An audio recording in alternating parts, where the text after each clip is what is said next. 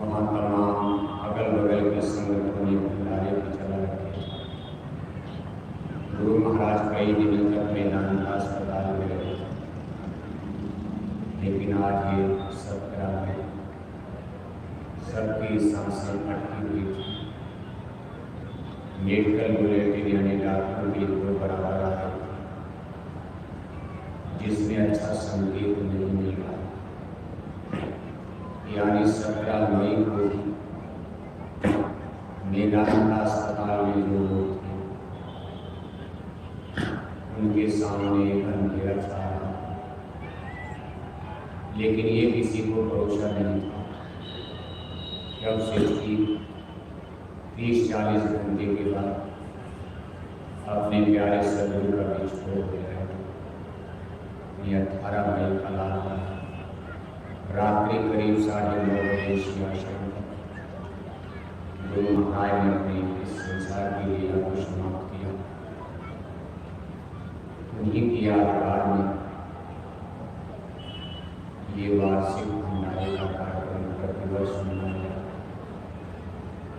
इसमें हमको आपको याद कराया है कि परम पूज्य स्वामी जी महाराज ने हम भोले भर के मानव आत्माओं के लिए कितने कष्ट और क्लेश उठाए। कुल महाप्रभु थे, अनामी महाप्रभु थे,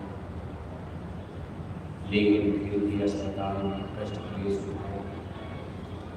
इसके पीछे का राज दरअसल नहीं रहा। दुनिया पर आधा पानी की अपने सर पर रोक लिया। उसके बहुत बड़े जेलों की यात्रा के लिए थी। यहाँ तक कि गुरु महाराज के पैरों में बेड़ी भी लगाई गई थी। जिनको कुल मालिक महाप्रभु माना जाता है, ये संसार का ये नियम सिस्टम बना।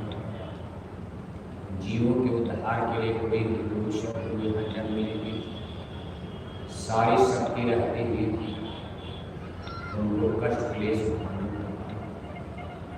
अपने लिए नहीं, तो पूरे उनको न कोई भजन करना है, न भक्ति करना, उनको न कोई साधना करना, न उपासना करना। लेकिन किसी को कुएं से निकालने के लिए कुएं में गिरना पड़ता। कोई कीचड़ में गंदगी में गिरा है, उसको आप निकालना चाहते हो, आप उसमें कूदोगे तो आपको भी कीचड़ लगेगा, गंद नहीं लगेगी। आपके शरीर में भी मैला कुचैला लगेगा, बदबू आएगी। आपके भी कपड़े गंदे होंगे, जबकि आप तैरना जानते हो। एक गिरा है, गिर गया, नहीं निकल सकता, और एक निकालने के लिए कूद रहा, दोनों में अंतर है। हम लोग इस मन माया के देश में गिरे हुए हैं, नहीं निकल सकते, और एक कोई निकालने आ रहा, हमारे आपके लिए कुएं में गिर गया, अपने भी निकलेगा, हमको आपको लेकर निकल जाएंगे, पार कर देंगे। इसलिए संत महापुरुष, इसीलिए कहा संत समय दुख पर दुख हेतु वशंत भागी संत नाम ही ऐसा। संतों की परिभाषा यही बताई गई है कि संत बिटप सरिता गिरधर्म परहित लाग सबन के कर्म। संत सहाय दुख परहित लागी, पर दुख हेतु वशंत भागी। वृष्क बहु ने फल भक्त, नदी ने संचय दी, परमार्थ के कारण संतन धरा शरीर। परमार्थ का मतलब जीवों के उद्धार के लिए नर्तन धर करके जगत में जन्म लेते हैं। कहा मौला आदमी बनाया, अपना भेद उसने खुद गाया। अगर वो अपना भेद न बताए, कोई उनको पहचान नहीं सकता। कोई कहे हम संत को चिन्हा, स्वामी हाथ कान देखा। शेष शारदार का बानी, कहत संत महिमा सब जाना। सो मोसन कहिया न कैसे, साग बने उन्मन फल जैसे। जैसे साग सब्जी बेचने वाले से कहा जाए, क्या आप हीरा का पन्ना पुखराज का बयान करो, जो बेचारा मूली गाजर आलू टमाटर बेच रहा है और वो सोने चांदी हीरा का क्या बयान करेगा, देखा भी नहीं है। ये तो कोई जौहरी पार्क ही बताता है। इसलिए संतों का इतिहास बड़ा अजब गजब का है। अकेले गुरु महाराज का नहीं, जितने भी संत धरती पर जन्मे संतों का इतिहास बहुत डीप है। वैसे संत तो हर युग में, संत शुरत कोई मालिक अपनी आत्माओं की संभाल के लिए इस मृत्यु नगर में शुरू से ही उतर गए। कहा स्वामी वेग जाओ संसारा, सब जीवन का करो वारा, सब कोई भगवान की मौज में मृत्यु लोक में जाओ। ये जीव फंस रहे हैं, इनका उद्धार होना चाहिए। संत उतरे शुरू में ही, लेकिन काल पुरुष ने बड़ी चतुराई चालाकी के साथ उनसे वरदान मांग लिया, क्योंकि आने जाने का रास्ता भी दरवाजे पर हो बैठे। ऊपर अपना देश अमर देश सब लोग, नीचे काल माया का देश मृत्यु लोग, बीच में काल निरंजन प्रभु बैठे हैं, जिनको त्रिलोकीनाथ कहा जाता है। उसी रास्ते से कोई आता है जाता, दूसरा रास्ता ही नहीं बने, कई सड़क है कई रास्ते, और जगह जगह उस पर उन्होंने लात लगा दिया, ताला लगा दिया। महापुरुष संत रूप धारण करके जो जगत में पधारे, उन्होंने बड़ी चतुराई चालाकी के साथ, पहले तो कुछ घर में था देखते, लेकिन जब उनके प्रताप को देखा, हाथ जोड़कर खड़े कहा, राजपाट तो सब आपने ही हमको दिया, आप ही के वरदान से हम त्रिलोकीनाथ कहे जाते हैं। आप ही ने राज दिया, पाठ दिया, आत्माओं का भंडार दिया। आप में और सतगुरु भगवान में कोई फर्क नहीं। ये काल निरंजन प्रभु करे कि आप में और संतों में और आप में सतगुरु भगवान में कहा कोई अंतर नहीं है। सत्य पुरुष ने धारा रूपा, संत स्वरूप भेजन हुआ, हुक्म दिया या करते ऐसा, भक्ति बिना कहो करना कैसा, कलयुग का ये धर्म संभालो, भक्ति भाव और हृदय धारो। ये स्वामी आप ये सतगुरु भगवान और आप पिता तुल्य, आप हम पर दया कीजिए, कृपा कीजिए। आप मृत्यु लोक में जीवों को जगाने जा रहे हैं। अभी मेरा नया नया राज बना है, मैंने किसी तरह इनको यहाँ मनाया है, पटाया है, चाहे भूल में भरम में डाल। ये रहने के लिए राजी नहीं हो रहे थे, बहुत तक निकल गए निर्देशा, बहुत सी आत्माएं वापस चली गई, काम यहाँ नहीं रहेगी। ये देश हमको बिल्कुल अच्छा नहीं लग रहा, कूड़ा कचरा, बहुत तक निकल गए निर्देशा। हम बहुत सारी लोगों की शोकों की खेत वापस चली गई। हमने बड़ी तरकीब लगाई, अगर हम कर्मों का कानून न बना लेते ये सब निकल जाते। हमने दरवाजा बंद कर दिया, जैसे सूरज के शाम में बादल आ जाए, बाहर आ जाए, सूरज छिप गए दिन में, ऐसे हमने कर्म कॉन्स्टिट्यूशन, कर्मों का विधान बनाकर इनको पाप पुण्य में डाला और ये कर्मों के बादल हमने सामने खड़े कर दिए। इनको हमने बड़ी तरकीब से अंधा बनाया, बहरा बनाया, और आप मृत्यु लोक में इनको जगाने जा रहे। हमारा कच्चा राज है, अभी तो हम इसको स्थापित भी पूरा नहीं कर पाए, आप जगाने जा रहे हैं। ये बड़ी जल्दी जाग जाएंगे, निकल जाएंगे, और दोबारा हमको आप दोगे भी नहीं दोगे, फिर हम बालू मिट्टी में यहाँ अकेले क्या करेंगे? अकेले तो राज चलेगा नहीं जब तक यहाँ प्रजा नहीं रहेगी। राजा किस बात का? हम बालू और मिट्टी पर राज करेंगे।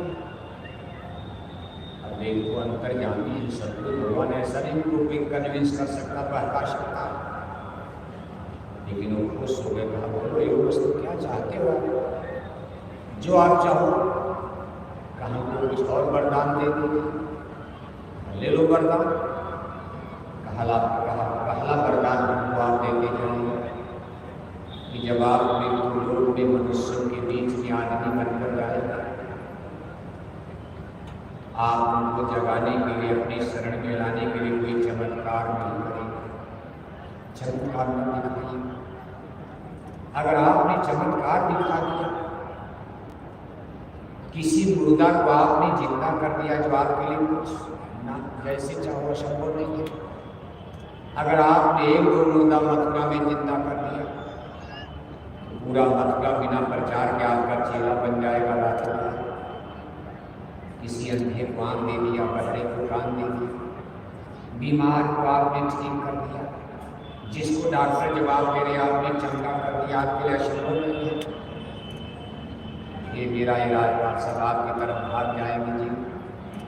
मैं इनको माया में नहीं उलझा पाऊंगा, इनका लोभ और मोह खत्म हो जाएगा, वैराग्य जाग जाएगा, भगेंगे हमसे।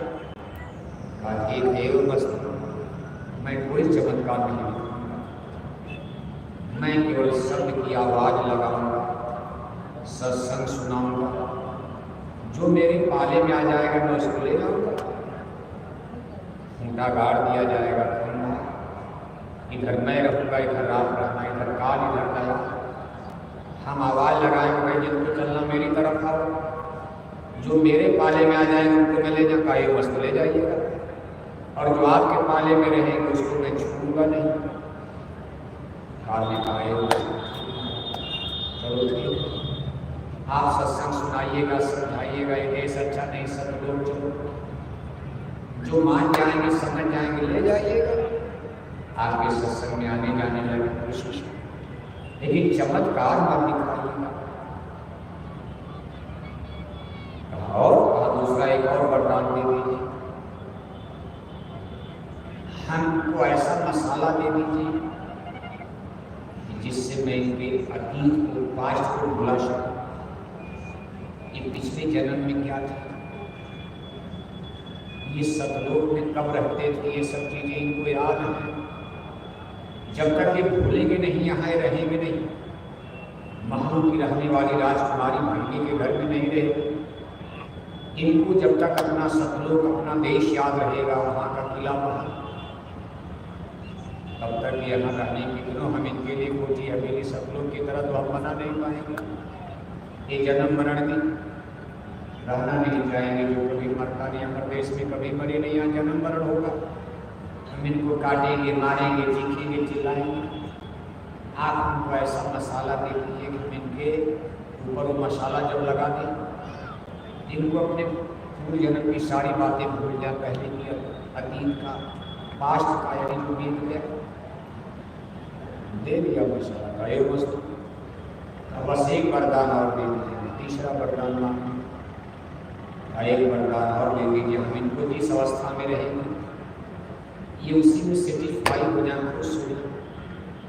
गरीबी में है, ठेला चला रहे, मजदूरी कर रहे, 10 रुपया का चॉकलेट बिस्कुट लाकर शाम को बच्चों को खिलाकर 2 रोटी खाकर सो रहे, वो भी खुश है।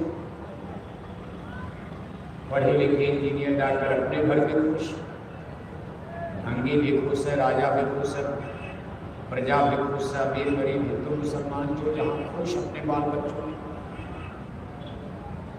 अन्य जन्म जोड़ियों में भी खुश रहें, शुगर टट्टी खा रहे वो भी खुश है, वो तो सूरत है आत्मा है, कभी सतलोक वासी हुई थी, उसको भी कभी मानव जन्म मिला, लेकिन आज सूरत देखो टट्टी में ही खुश है। कहा महाराज इनको हम जहाँ भी डाल दें, ये अपनी वर्तमान अवस्था में सेटिस्फाई संतुष्ट हो जाए। इनके अंदर कोई बहुत हलचल, आपके सत्संग के द्वारा तो हलचल पैदा होगी, हलचल नहीं पैदा हो गया, संतुष्ट नहीं होगी, अपनी ये वर्तमान अवस्था से अगर दुखी नहीं होगी कि कभी जागेंगे नहीं, भजन नहीं करेंगे, निकलने की कोशिश नहीं, हम तो ठीक है। जब हम ठीक हैं तो हमको सतलोक जाने की क्या जरूरत। लेकिन कुल मिलाकर ये संख्या बहुत कम रहेगी जो आपके सत्संग में काफी सब ठीक ठाक रहेगा। इसी तरह चौथा वरदान एक और मांगा, कहा हमने यहाँ टाइम पीरियड 4 भागों में धरती पर बांट दिया, सतयुग, त्रेता, द्वापर और कलयुग। 17,28,000 वर्ष सतयुग, 12,96,000 वर्ष त्रेता, 8,64,000 वर्ष द्वापर, 4,32,000 वर्ष कलयुग, ये राउंड सर्किल में चलेगा, गोल पथ में। जैसे कोई गोलाकार परिधि में आप दौड़ते हो, कभी यात्रा खत्म नहीं होगी। आप जहाँ से चलोगे चलते चलते फिर वही पहुँचोगे, फिर चलोगे फिर वही आओगे। अगर सीधी रेखा पर आपको चलना पड़े, आपकी यात्रा अनंत हो जाएगी, कभी वापस नहीं आएगा, सीधे चले जा रहे हैं। लेकिन अगर गोल राउंड सर्किल में गोल पथ पर आपको दौड़ना है, यात्रा करनी है, बराबर बराबर उसका रिपीटेशन होगा। इसी तरह यूनिवर्स यहाँ जो आज पास्ट है, बीत है, कल वो फ्यूचर में फिर आएगा, वर्तमान में आएगा, ये सब बोला था। पूरा यूनिवर्स, पूरा ब्रह्मांड गोल है। इसी तरह से सतयुग, त्रेता, द्वापर, कलयुग, फिर लौट के सतयुग आ जाएगा, मालूम पड़ता फिर तब ताजा हो गया, फिर त्रेता, फिर द्वापर, फिर कलयुग, फिर सतयुग। यानी ये सब गोल चक्कर में ऊपर ब्रह्मांड में भी इसी तरह होगा। इसलिए जब आप ऊपर चलोगे न वहाँ प्रेजेंट है, न पास्ट है, न फ्यूचर, वहाँ सब वर्तमान नजर आता है। यहाँ तो जो वेद आप पढ़ोगे कब, मान लो धरती के नीचे एक और सूरज हो जाए, एक सूरज ऊपर से एक सूरज नीचे से, हमारी धरती पर एक सूरज दाएं से 104 सूरज, और पूरी पृथ्वी पर बराबर रोशनी हो जाए, न कभी दिन होगा न कभी हर समय दिन रहेगा, रात होगी नहीं। जब दिन और रात नहीं होगा तो संडे मंडे किसको कहा जाएगा, घड़ी घंटा मिनट सेकंड किसको कहा जाएगा। और मान लो एक तरह का मौसम हो गया, जाड़ा गर्मी बरसात किसको कहा जाएगा। इसलिए सब प्रेजेंट हो जाएगा, काल टाइम पीरियड खत्म हो जाएगा। ऊपर इसी तरह के रखना। हमारे देश सब लोग में कोई प्रेजेंट पास्ट एंड फ्यूचर, इसलिए उसको अकाल देश, काल माने टाइम पीरियड होता है, जहाँ डिवाइड किया गया है दिन रात सुबह शाम, घड़ी घंटा मिनट सेकंड, जाड़ा गर्मी बरसात, संडे मंडे, चैत बैसाख, जनवरी फरवरी, और ये रिपीटेशन नहीं चलता। गर्मी पड़ रही है फिर बरसात आ रही है, फिर जाड़ा आएगा, जाड़ा के बाद फिर गर्मी आएगी, फागुन जाएगा तो फिर फागुन आएगा। इस तरह से, लेकिन यहाँ रिपीटेशन होने में समय लगता है। अमर में सत्तुर में स्थिरता है, वहाँ जनवरी फरवरी भी नहीं, सब एक सब मौसम एक सब टाइम और पीरियड, इसलिए उसको अमर देश निर्मल चक्कर थोड़ी कहा जाता। कहा महाराज हमको आप एक वरदान दीजिए, ये जो हमने 4 युग बांटा है, सतयुग त्रेता द्वापर माही, तीनों युग जो छोड़े जाए, ये 3 युग हमको आप दे दीजिए। इस 3 युगों में हमारे अवतार जाएंगे, 3 युगों में हमारा काल धर्म चलेगा, हमारे काल मत का प्रचार किया जाएगा। हम स्वर्गों को भेजकर, आत्माओं को भेजकर, ऋषि मुनि पीर पैगंबर अवलिया जोगी जति सब हमारा गुणगान करेंगे। काल मत 4था युग जब कलयुग आया, तब हम आपन अंश में 4था युग कलयुग में हमारा जो नहीं रहे वो आपके लिए रहेगा। इसके लिए संतन के लिए, दयालु थोड़ा सोच विचार के बाद इसको भी ले जाओ, 3 युग आप ले जाओ। 3 युग में आपका प्रताप, आपका राज चलेगा।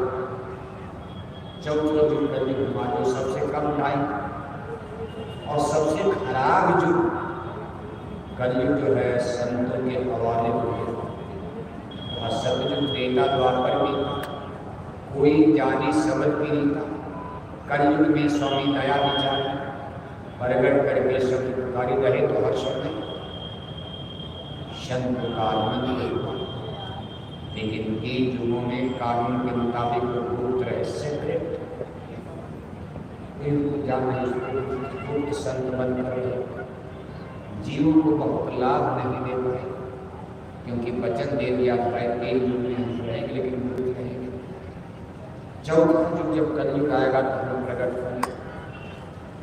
और देखो जब कलयुग लगा तो प्रकट हो रहे, बड़ा ही रोचक इतिहास सुनाने के लिए तो हम लोग वेद भागवत सब जनता उसी में खुशी है। प्राइमरी के बच्चे को साइन थीटा काज थीटा फिजिक्स केमिस्ट्री क्या समझाया जाएगा?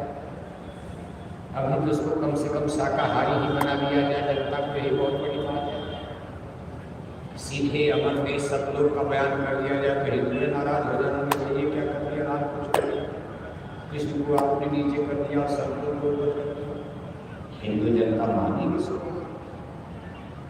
लेकिन कुल मिलाकर के देखिए इतिहास संतों का ये संत मत जब कलयुग में इसको प्रकट किया गया, कई हजार वर्ष बीत गए। सबसे पहले संत नाम साहब कबीर के लिटरेचर में ये भी एक विषय किसी हिंदू से को, क्योंकि कबीर साहब बुलाए नीरू नीमा माता पिता उनके गुरु ने पहले पोषे, जुलाहा बनकर कपड़े बनकर काशी नगरी में बाल बच्चों का मुझे अवश्य हो। यानी भारत में मुसलमान आ चुके थे। लोधी वंश में सिकंदर लोधी का दिल्ली में राज हो चुका था। उसमें धरती पर संत मत प्रकट हो रहा है। सतयुग त्रेता द्वापर में था, कोई जानी सबल नहीं था। कलयुग में स्वामी दया विचार प्रगट करके शब्द पुकारे। कलयुग में भी कई हजार वर्ष में जाने लगा, क्योंकि कलयुग लगे तो 5000 वर्ष, 5000 वर्ष, 4000 वर्ष से ज्यादा कलयुग बीत गए। और जब सिकंदर लोधी का राज 600 वर्ष पहले काशी नगरी में संत सामने आया। सबसे पहले साहब कबीर के अनुवाद सागर में संत शब्द और सतलोक की व्याख्या में हमारी पवित्र पुस्तक श्रीमद् भागवत गीता महाभारत में, उसमें आपको संत शब्द नहीं मिले। नाराज मत कि आप सब लोग सत्संगी हो, दुनियादार कम लोग समझो इस चीज को, और आपको सुनाया जा रहा है, दुनियादारों को तो बाद में समझाया जाएगा। गीता में, वेदों में, शास्त्र में, पुराण में जितने स्पिरिचुअल लिटरेचर्स हैं, कहीं आपको संत शब्द नहीं मिलेगा, सतलोक नहीं मिलेगा। इस तरह से गुण और शब्द की व्याख्या भी नहीं मिलेगी। लेकिन साहब कबीर के अनुराग सागर में सबसे पहले ये चीजें सामने आई। जिस समय ये चीज काशी नगरी में प्रकट की, उन्होंने इसको गाया और डंका बजा करके इसका एनालिसिस किया, एक्सप्लेन किया। काशी नगरी तो कर्म कांड का गढ़ है, बड़े बड़े पंडित पुरोहित विद्वान हाहाकार में थे।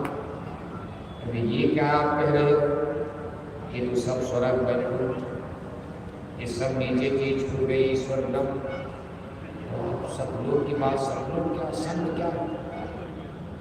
बड़े बड़े प्रश्न होते, जिन बेचारे को जान नहीं रहे, जब तक सब भूल चुके थे, किसी को कुछ पता ही नहीं था। स्वर्ग बैकुंठ बस जनता केवल इतने जानते थे, स्वर्ग और बैकुंठ, मोक्ष मुक्ति का मुकाम स्वर्ग और बैकुंठ मान लिया। और आज तक भी भारत की जनता इसी को मान करके अपना अंतिम स्थान मुकाम स्वर्ग और बैकुंठ में ही मुक्ति हो जाती, जन्म मरण छूट जाता। और एक परंपरा बन गई, किसी के घर में कोई मरता, लोग जब उसको जला देते हैं, फूंक देते हैं, घर में आकर दशवा मनाते हैं। और जब 13 दिन में ब्रह्म होते रहे हिंदू लोग मनाते, पूरे गांव जवार में रिश्तेदारों में उनकी सूचना कागज पर लिख कर भेज दी जाती। हमारे पूजनी दादाजी का स्वर्गवास हो गया, क्या हो गया? स्वर्गवास। आओ लोग बड़ी खाली खुश हो, इन सब लोग स्वर्ग का ही गाना गाने लगे। ऐसे समय में संत प्रकट हुआ, ना स्वर्ग बैकुंठ मुक्ति मोक्ष नहीं है, ये तो बहुत नीचे का पद है। पूरी छेड़ी मृत्यु होती, पूरे कर्म करके भी स्वर्ग जा सकते हो, लेकिन जब पूरी खत्म होगा तो मृत्यु में जन्म मरण में आओगे। मोक्ष मुक्ति का परम पद संतों के पास है। संत मत जो आदि और अंत को दर्शाता है। मुक्ति और मोक्ष का पद अमर देश सर्वलोक है, ऊंचे स्वर्ग वैकुंठ से लाजमी का संघर्ष होकर क्रांति होती। काशी नगरी में हिंदू मुसलमान विरोधी दोनों लोग थे। पंडित पुरोहित मुल्ला मौलवी साहब कबीर के प्राणों के पीछे पड़े। सिकंदर लोधी से शिकायत की गई। सिकंदर लोधी जौनपुर और काशी के दौरे पर मुसलमान बादशाह शिकायत की गई। हिंदुओं ने शिकायत किया तो सिकंदर लोधी ने कम ध्यान दिया। तो एक साहब कबीर है, वो हिंदुओं का बड़ा अपमान करते हैं। कहा साधु पाड़े निकलो कशाई सब। कबीर साहब का बयान उस स्टेटमेंट आ रहा है उस जमाने में। इतना क्रांतिकारी शब्द का उच्चार, साधु पाड़े निपुण कशाई। कहा साधु ये ब्राह्मण भी कसाई बन गए, मांस खा रहे हैं। 600 वर्ष पहले काशी नगरी में जो पंडा पुजारियों का गढ़ है, वहाँ शाह कबीर की वाणी देखो कितनी क्रांतिकारी है। कहा साधु पाड़े निपुण कसाई। तिलक लगाते हैं, चंदन लगाते हैं, शाम को बकरी मुर्गी मारते हैं। ये तो कसाई का काम करे, क्या मुक्ति और ये क्या पूजा धर्म तरफ जाने की। फिर कह रहे कि पंडित बात बदलते झूठा। अरे कहे पंडित लोग झूठ बोल रहे, बदलते झूठा माने झूठ बोलते। क्या झूठ बोल रहे हैं? राम कहे दुनिया का पावरे खान कहे उठ मीठा। कहे कहते राम राम बोलो मुक्ति मिल जाएगा। खान खान मिठाई मिठाई मिठाई मिठाई चीनी चीनी करें क्या हमारा तो मीठा हो जाएगा। अब पंडित बात बदलते झूठा। राम कहे दुनिया का पावरे खान कहे। अब ये सब बातें काशी में ब्राह्मण के विरोध में जा रही है। फिर आगे उन्होंने हिंदुओं के लिए कह दिया ये हिंदू अपनी करे बढ़ाई, गागर छुए न दे, बेश्या के पावन तय सुन। ये देखो हिंदू आई, अरे दोनों राह न पाई। कहा ये हिंदू आदमी से घृणा करते हैं। जानवर में सबसे खराब कुत्ता होता। कुत्ता दिन भर टट्टी खाता। ये देखते हैं कि कुत्ता टट्टी खाकर इनकी थाली को, इनके लोटा को, गागर को चाट रहा है। फिर भी हिंदू लोग उस थाली को होकर भोजन करते हैं। और एक इंसान और मनुष्य होकर इनकी थाली को छोड़ दिया, गागर छोड़ दी। ये हिंदू लोग उस गागर को फोड़ देते हैं। ये इतना कर्म कांड अंधविश्वास, ये कितने अज्ञानी हैं। कुत्ता टट्टी खा के थाली चाट लिया, भोजन करेंगे, और आदमी होकर थाली छोड़ दिया तो थाली फेंक देंगे, घड़ा फोड़ देंगे।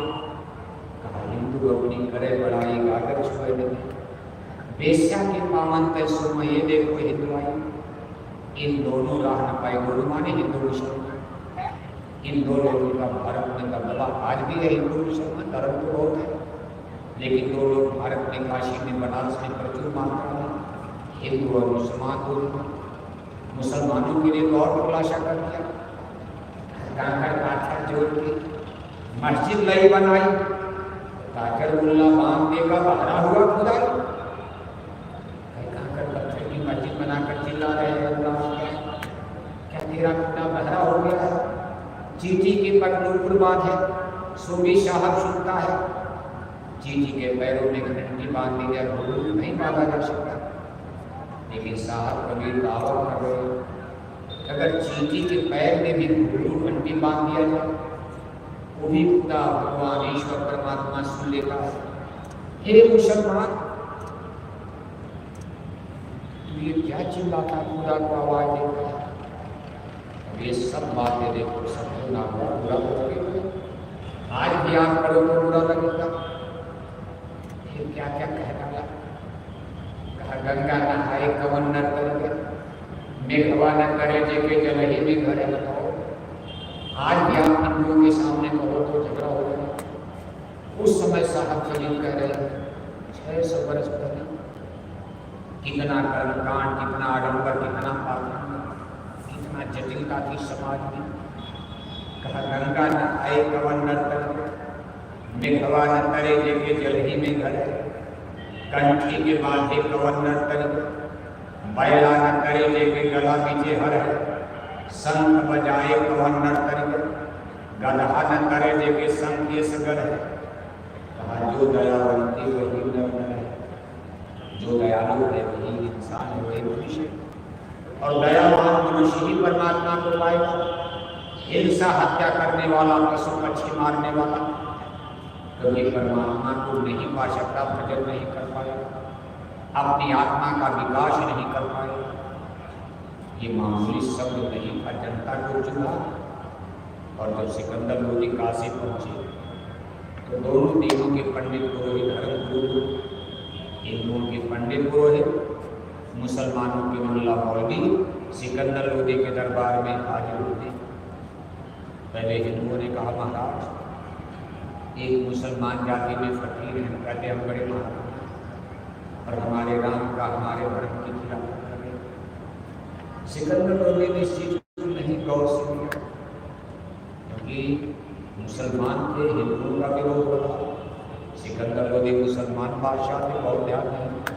कहा ठीक है, देख लेंगे, शिकायत आप फाइल में रख दो, हमारे टेबल पर अपनी शिकायत की फाइल रख दो, हम इस पर देख लेंगे, मुकदमा चला देंगे। लेकिन जब मुल्ला मौलवियों ने कहा कि हुजूर वो हमारे खुदा की शान में भी बकवास करता, बोलते हैं कि कंकड़ पत्थर जोड़ के मस्जिद नहीं बना, हम मुसलमान के पीर और मुर्गी मुर्गा खाएं, सब लिख दिया साहब, कभी ने कोई डरते, संत डरते नहीं। आज उस चीज को देखो, दुनिया स्वीकार कर, लेकिन उस जमाने में तलवार से खेलना, आग से खेलना मुसलमानों का राज है, राजा ही बादशाह है, तलवार से फैसला होता था।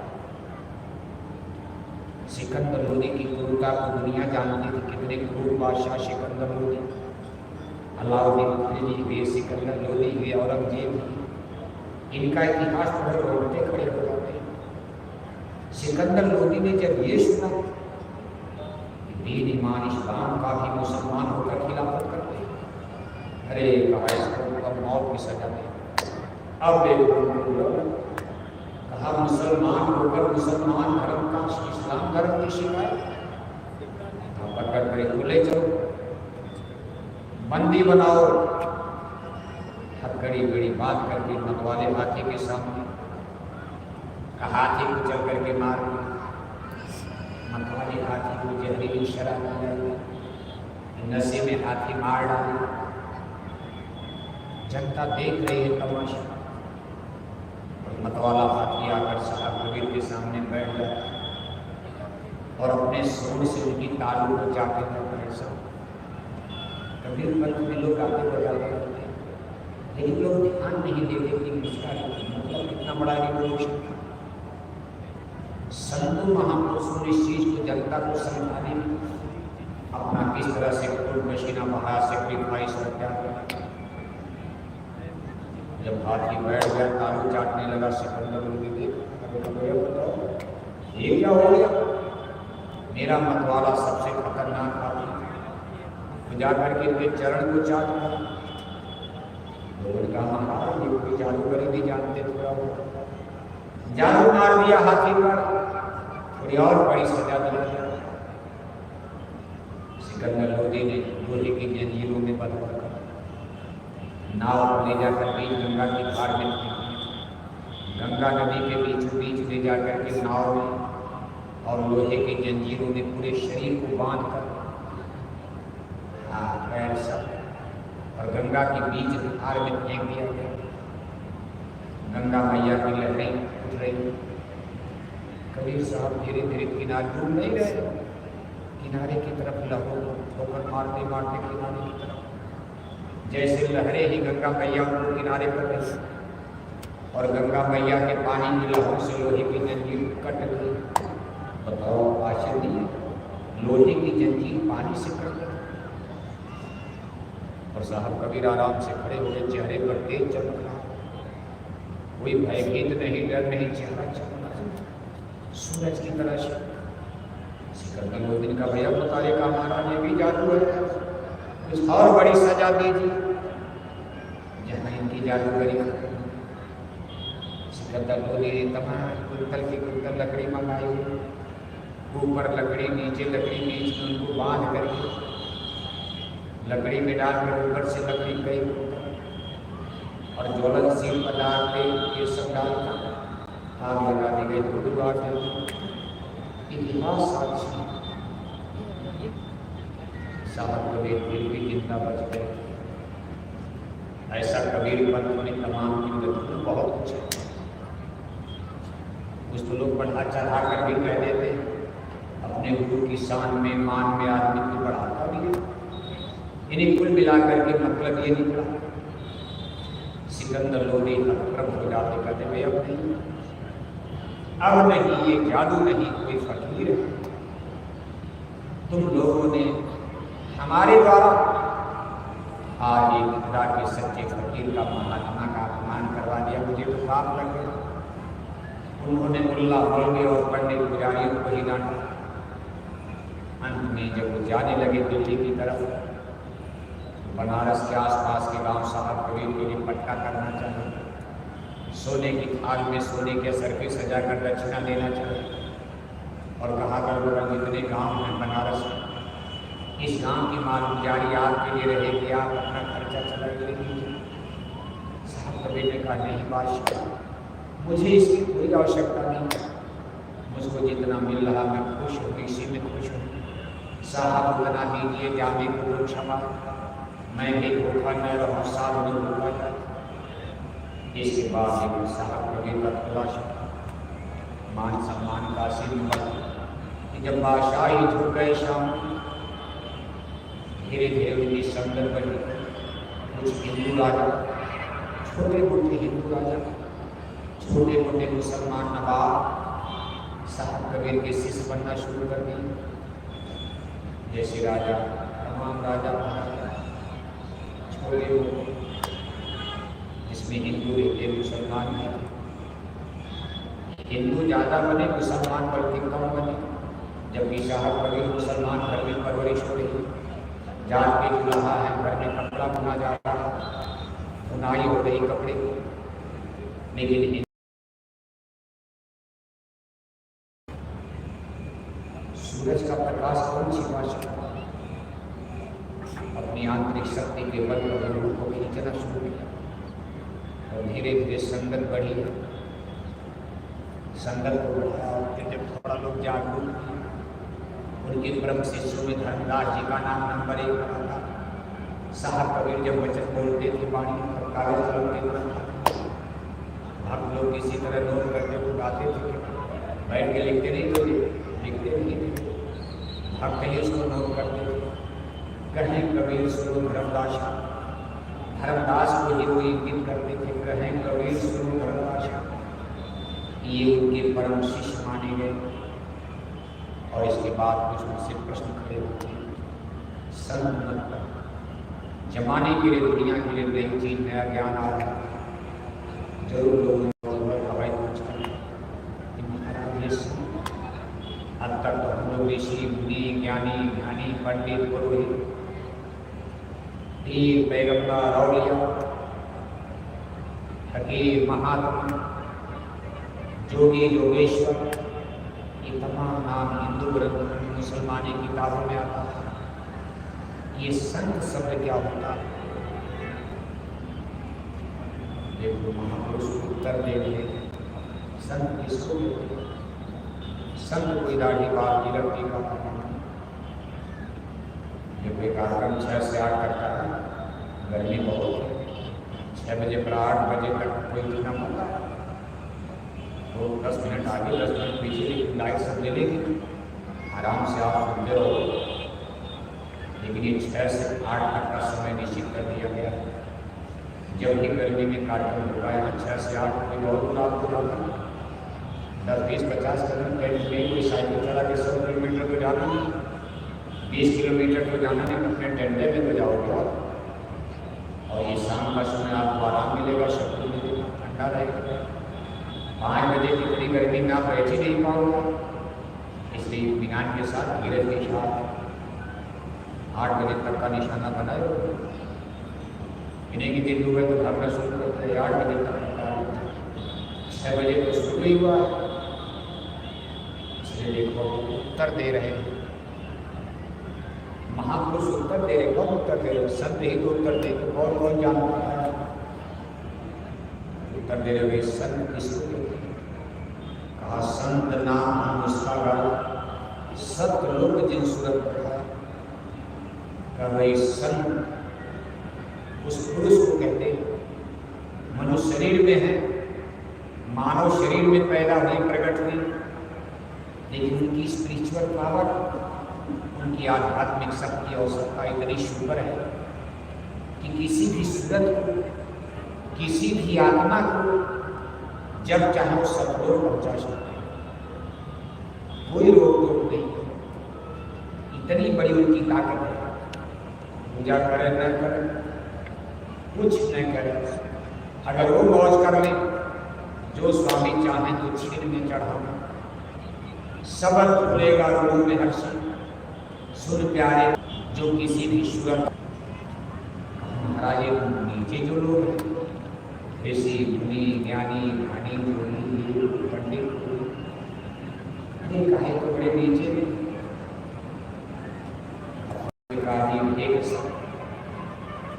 वेद तदेव पुराण ऋषि जोगी और जति बसे काल की छाया।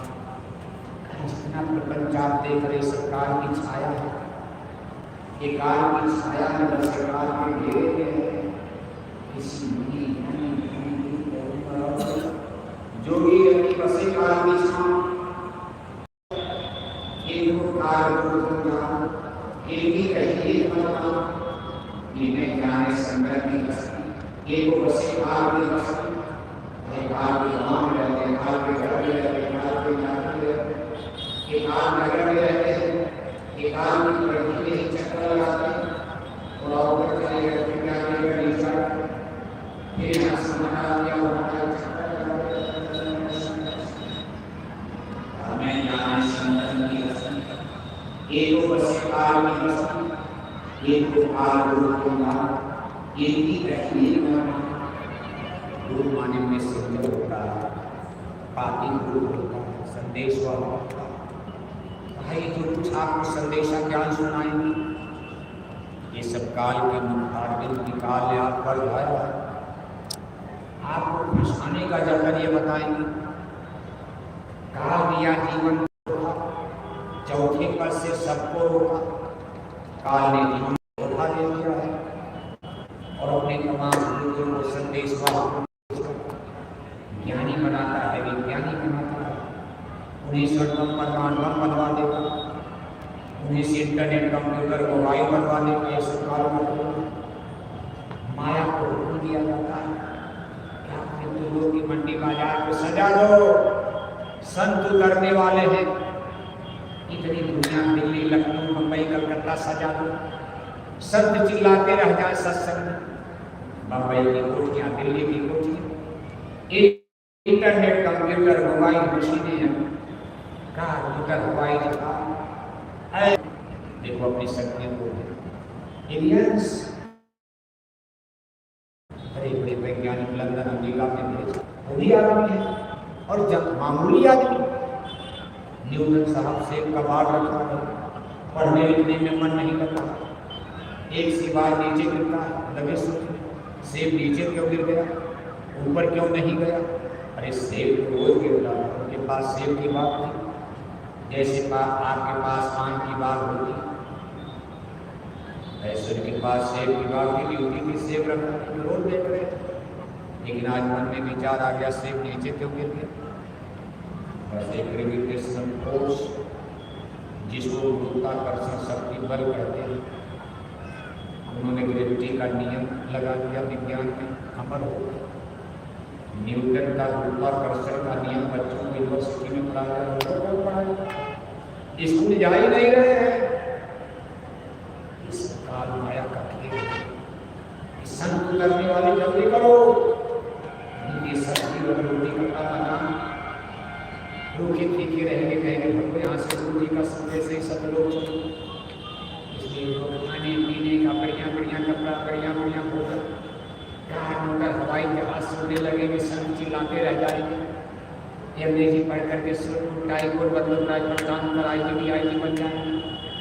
अहंकार भी इनका समय 10-20 साल का पूरा, तब तक कोरोना में मर जाएंगे तो हम नरकों में डाल देंगे। सब माया का खेल हो गया, संतों के आने के पहले बखेड़ा हो गया। विज्ञान जगत ने अंगड़ाई ले लिया और आश्चर्य की बात है कि सब लंदन, यूरोप और अमेरिका में उतार दिए गए जो भोगवादी देश है।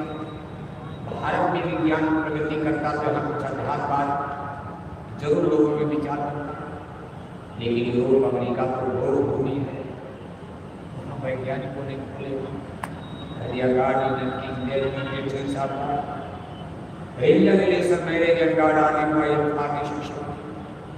कम्युनिस्ट विचारधारा ही पैदा हो गई। कुछ नहीं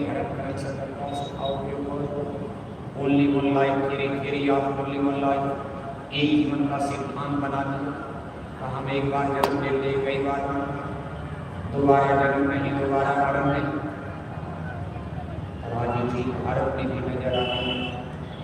भारत में वो जहरीले कीड़े आज यूनिवर्सिटी कॉलेज माध्यम से साइंस विज्ञान जहाँ पढ़ाया जाए सत्संग में नहीं लगता, भजन में तो बिल्कुल नहीं लगता। इस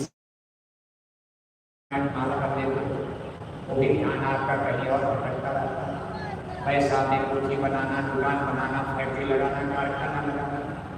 जब सत्संगियों का इतना बुरा हाल हो, जिनको 30-30 बरस सतलोक तक का कथा गाना सुनने का अवसर मिला, तो जो दुनियादार जिनको गुरु महाराज का दर्शन नहीं, जिनको गुरु महाराज जी का दर्शन अभी तक नहीं, उनके सत्संग वचन की दुनिया में नहीं सुनी, उन लोगों का माया क्या बुरा हाल करते हुए विचार करो।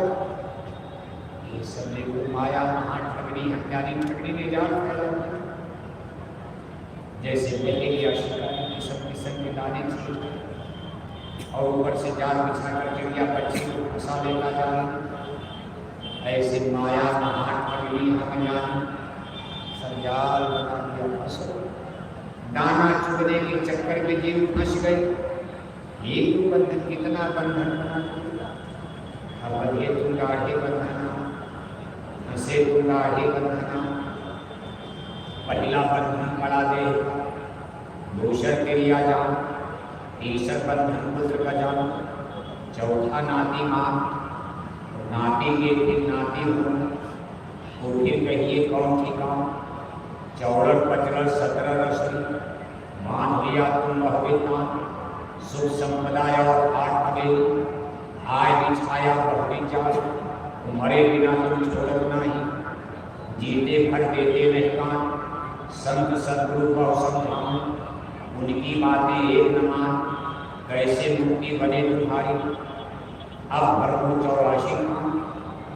अगर लोग और मोह के बंधन ढीले नहीं पड़े, अगर इसी तरह माया की झूठी मंडी बाजार में दुनिया के झूठे सामान पदार्थ, इसमें हमारा लोभ और मोह लगा रहता है, तो मोह सकल व्याधि कर दूंगा।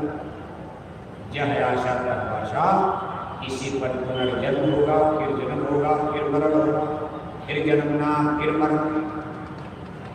इसलिए गुरु महाराज कहते हैं, लोभ और मोह की गिल्टी को गलाओ, लोभ और मोह की गिल्टी को गल जाने दो।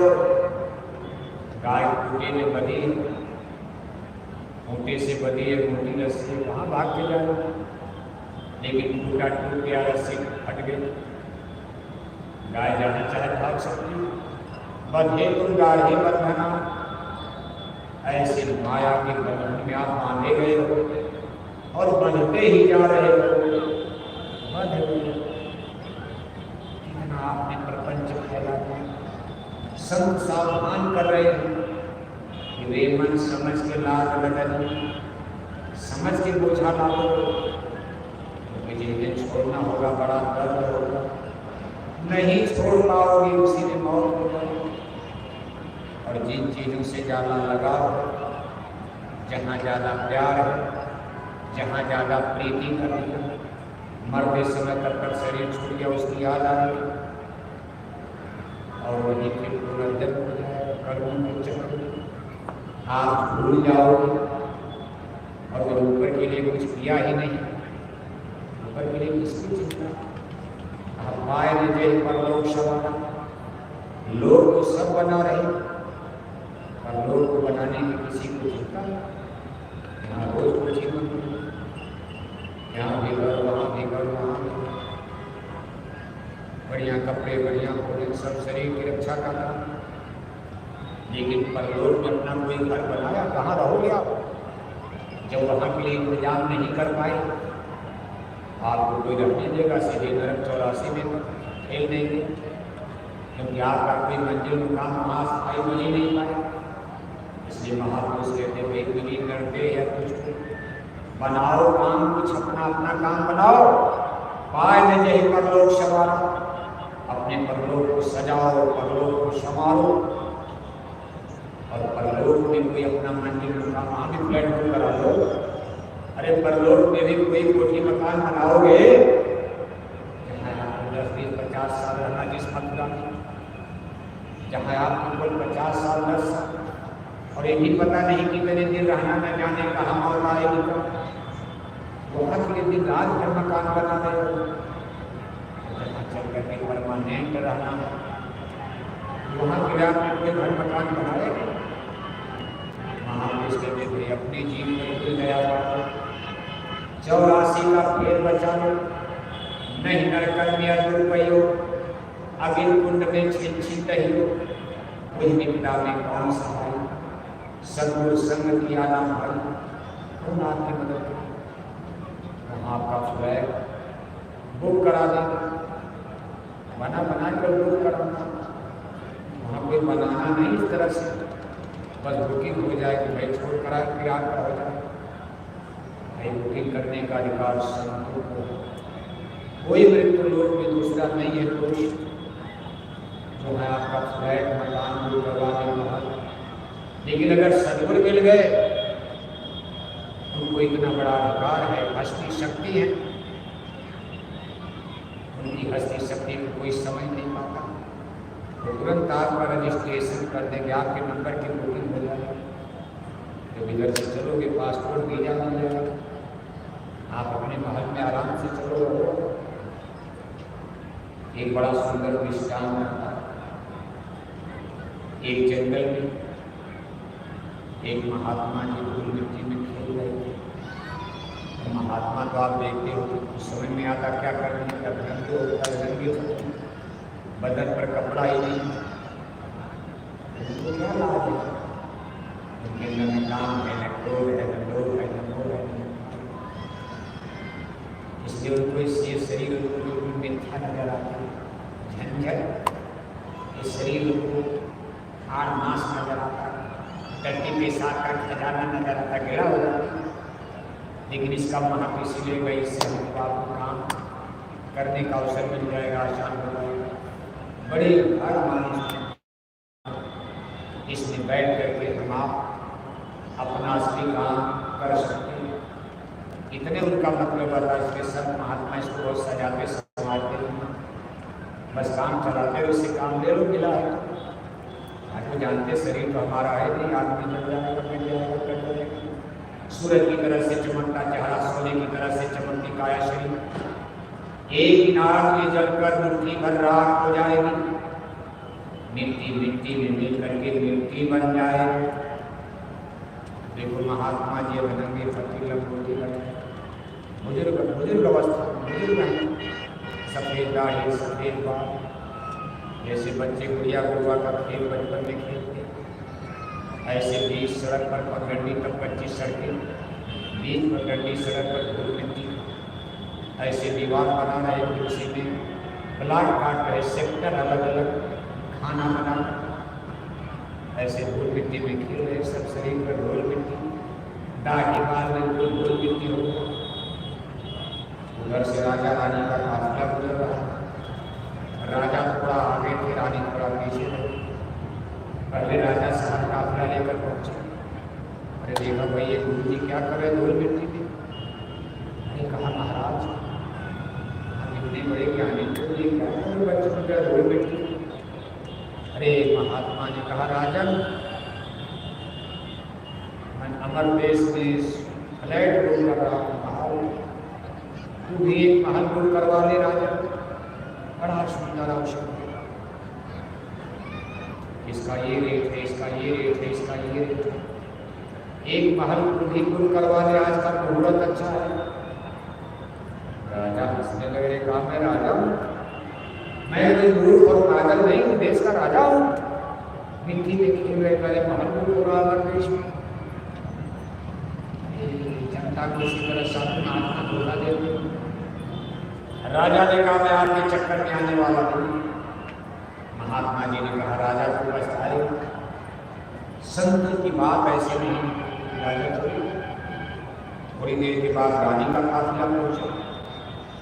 रानी ने फिर का कहा महाराज आप क्या कर रहे हैं?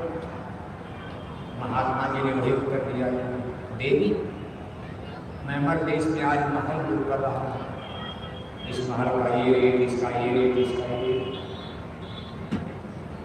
अरे तेरा राजा तो धोखा खा गया, नहीं बोल रहा, तू बोल रहा है।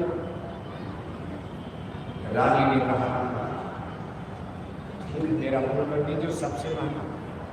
अब रानी ने ये सोचा कि मैं रानी खजाना की कमी तो है, अगर मान लो गुरु जी धोखा भी दे रहे नहीं, अरबी बात हो, तो कम से कम मैं यही मान लूँगी कि एक साधु महात्मा को मैंने इतना दान कर दिया। साधु महात्मा में कहा जाएगा दान को होगा, कुछ तो पुण्य मिलेगा। नहीं अमर देश में महल होगा, हो सकता है बात करो। विश्वास तो रानी को भी नहीं हुआ, लेकिन रानी ने तसल्ली के साथ दे दिया, महाराज तो सबसे महंगा, भाई असर भी लोगों को। तो रानी राजा घर पहुंचे, शाम को खाना खाकर सो। तो रात में राजा साहब को एक सपना नाचने लगा। राजा साहब सपने में देख रहे कि मैं मर गया, मेरी मृत्यु हो चुकी, मेरा राजपाट मलकने और सब खत्म हो गया, मुझे सिपाही पकड़ कर ले गए, मुझे स्वर्ग बैकुंठ में छोड़ दिया गया, स्वर्ग बैकुंठ को पहुँचा दिया गया, और मैं घूम रहा हूँ, प्यास लगी है, भूख लगी है, किसी महल में घुस करके पानी पी लूँ, खाना खा लूँ। लेकिन जिस महल में राजा जा रहे हैं वहाँ सिपाही चौकीदार पहरा दे रहे हैं, और सब महल पर सबकी नेम प्लेट, जैसे हर मकान पर नंबर लगा रहता है, नाम लिखा रहता, ऐसे हर महल पर सबका नाम लिखा। राजा करे भाई कोई महल में पानी पिला दो, महल से तो कोई निकला नहीं, उल्टे जो बाहर में सिपाही खड़े राजा को डांट के भगा के आगे बढ़ो, यार नहीं। सबसे आखिर में जब राजा पहुंचा, बड़ा सुंदर महल जिस पर उनकी रानी का नाम लिखा। राजा ने कहा चलो अंदर में मेरी रानी है, मैं राजा हूँ, मेरी रानी का महल कहाँ करोगे? जब उसने घुसने लगे तो सिपाही वहाँ भी रोक दिए। राजा ने कहा भाई यहाँ क्यों रोक रहे, मेरी रानी का महल है, मेरी रानी अंदर है। सिपाही ने कहा महाराज ये कोई लोग नहीं, राजा रानी आप मृत्यु लोक में थे, ये महाराज ये स्वर्ग बैकुंठ लोक है, यहाँ राजा रानी का रिश्ता आपका खत्म हो चुका, जिसके नाम से महल हो वही इसमें रहे, आप अपना आगे देखो। राजा बेचारे थक के जो प्यास के मारे वहीं बैठ कर लगे रोने। कहा जब मेरी रानी के महल में नहीं जाने दिया जाता, अब यहाँ मेरा रिजर्वेशन कहाँ होने वाला, बहुत मुश्किल हो गई। राजा बैठ करके रोने लगे, तब तक उनकी नींद खुल गई, भोर हो गई। राजा जोर से बिस्तर पर चौंक करके उछल गए। रानी बगल में सोने गए, कहा महाराज क्या होगा, आप डर गए? नहीं नहीं डरा नहीं, बड़ा बेचैन सपना देखा। सपने की पूरी बात राजा ने बताई रानी को कि जंगल में महात्मा मिले थे, मुझसे कहे थे महाराज ऐसा ऐसा हुआ। रानी ने कहा महाराज कि राजा साहब कहते लेकिन तुम्हारा महल को मैंने वहाँ देखा था, तुम्हारे नाम का महल को मैंने देखा। रानी ने कहा महाराज मैंने तो एक महल बुक करवा लिया था, मैंने पैसा लेकर के बुक करवा लिया। राजा ने कहा तो मेरा भी बुक करवा लेना चाहिए था, मान लो मैं धोखा खा गया नहीं करवाया, तो मेरा भी करवाना चाहिए मेरे हिस्से वाला। पैसा तुम्हारे पास खजाना तो था ही।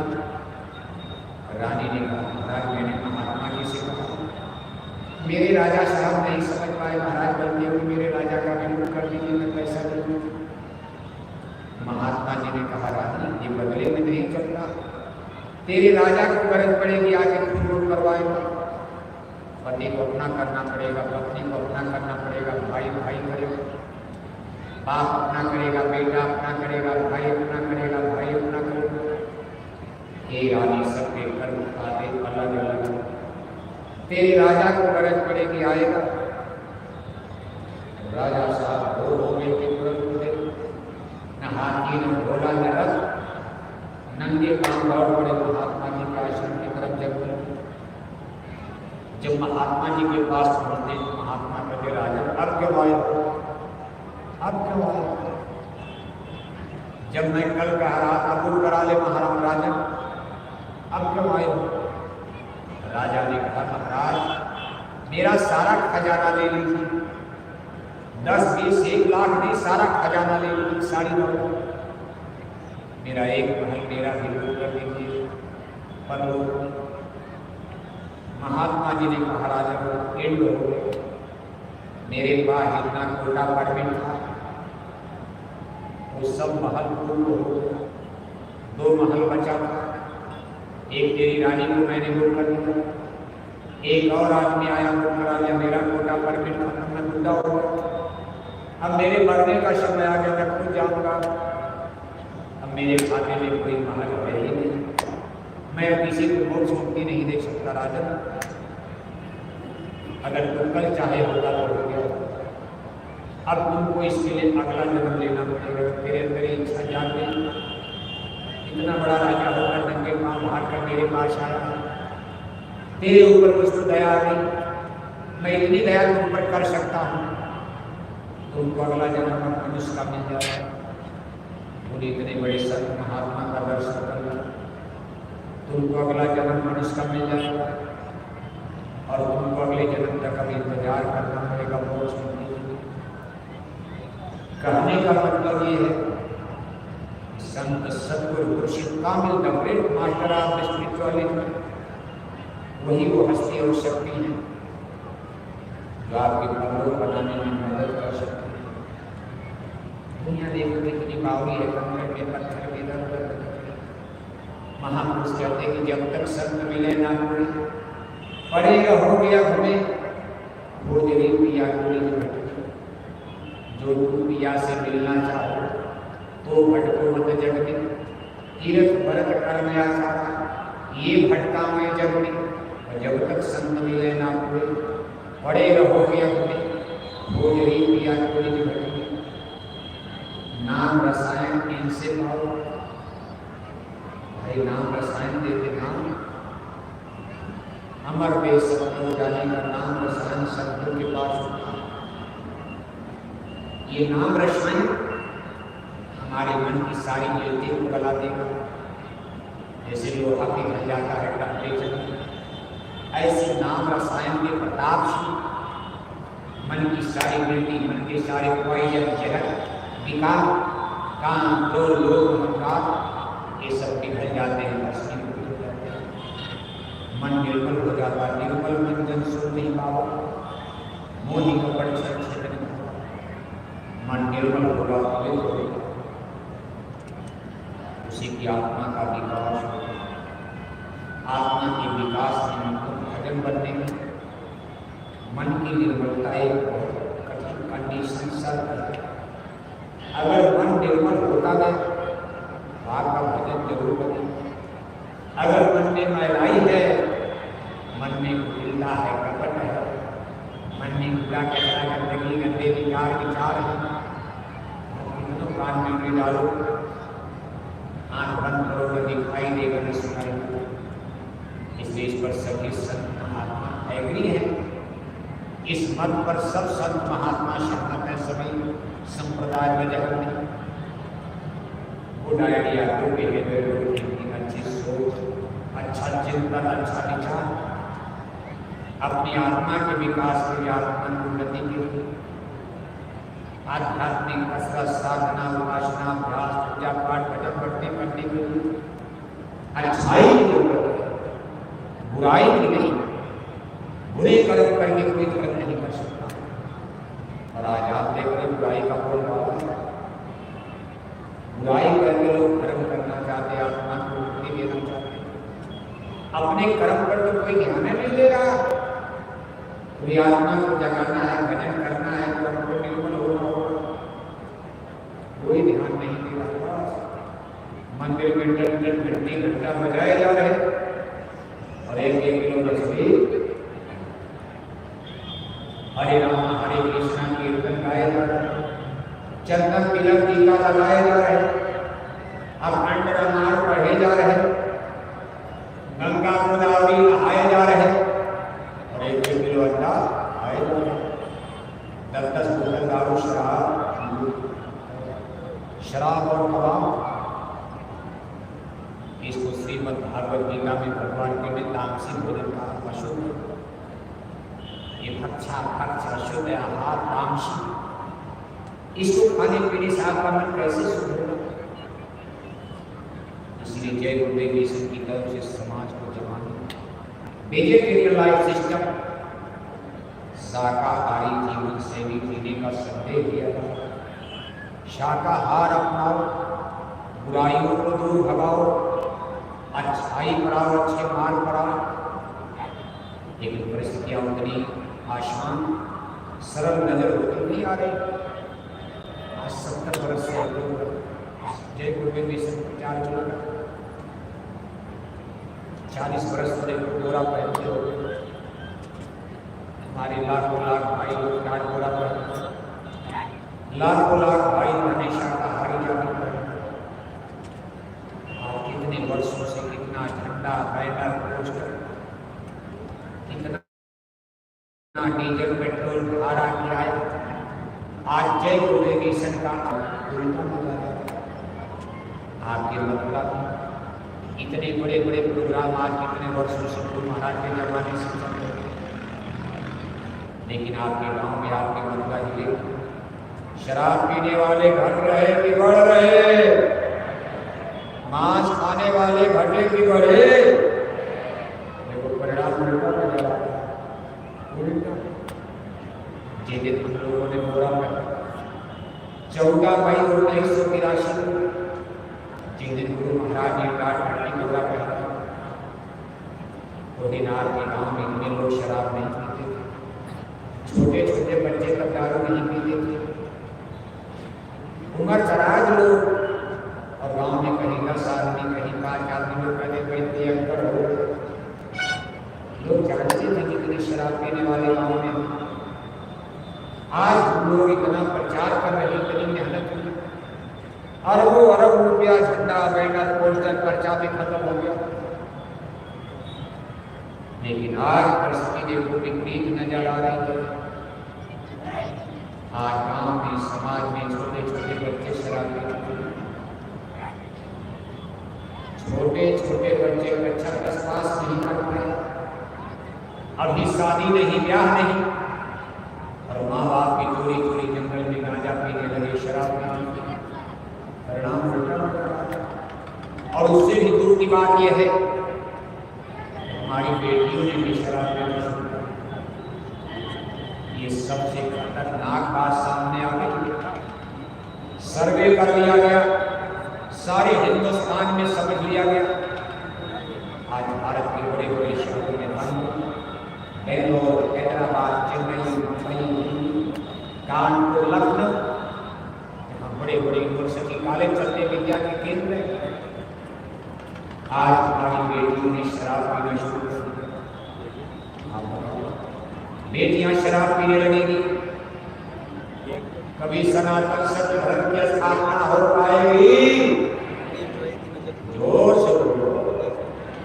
बेटियां शराब पीने लगेगी, कभी धर्मराज सदगुरु की स्थापना होगी? बेटियां शराब पीने लगेगी, कभी भगवान राम का राम राज्य भारत में आएगा? बेटियां शराब पीने लगेगी, कभी अच्छे समाज का निर्माण हो पाएगा? बेटियां शराब पीने लगेगी, कभी करप्शन, बुराई, व्यभिचार, भ्रष्टाचार, दुराचार, पापाचार दूर होगा?